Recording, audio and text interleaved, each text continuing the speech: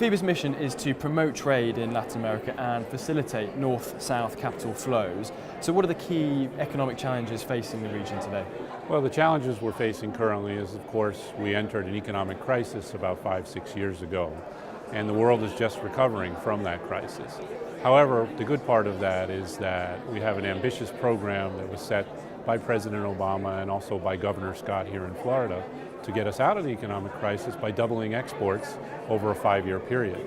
We're now in our 3rd year of that program, and we're doing quite well. We are on track.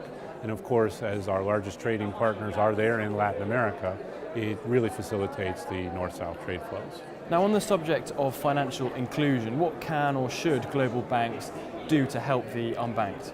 Well, it's important because the unbanked are typically from poorer regions of poorer countries, and they're not involved in the system or even in the economy. There's a lot of off-balance sheet, shall we call it, economic things going on.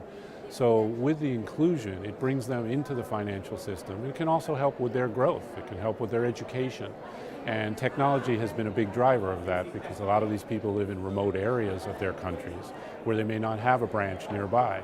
However, now with a smartphone, you can access a bank account, you can access the financial system, make wire transfers and things like that.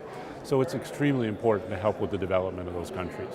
Corporate governance now. How important are strong corporate governance principles in the context of Latin American countries' economic growth going forward?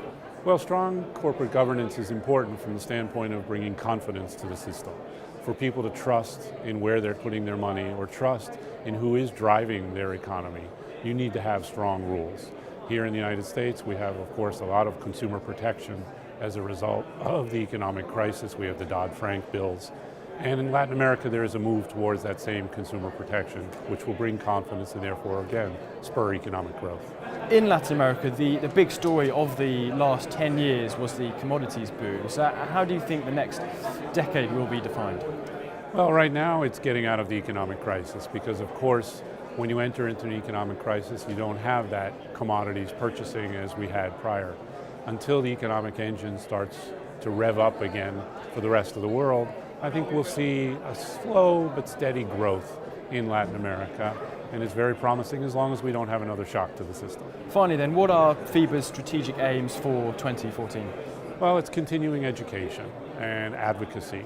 We have a lot of regulation, as I said, coming on board, and it's not just here in the United States, but typically US regulation is applied extraterritorially. And so what we do is we educate not just the bankers here in the US, but all around the world on these new regulations and the best practices for complying with that. So we have a very ambitious agenda for doing that in the coming year. David, thank you very much. Thank you, Nick. Appreciate it.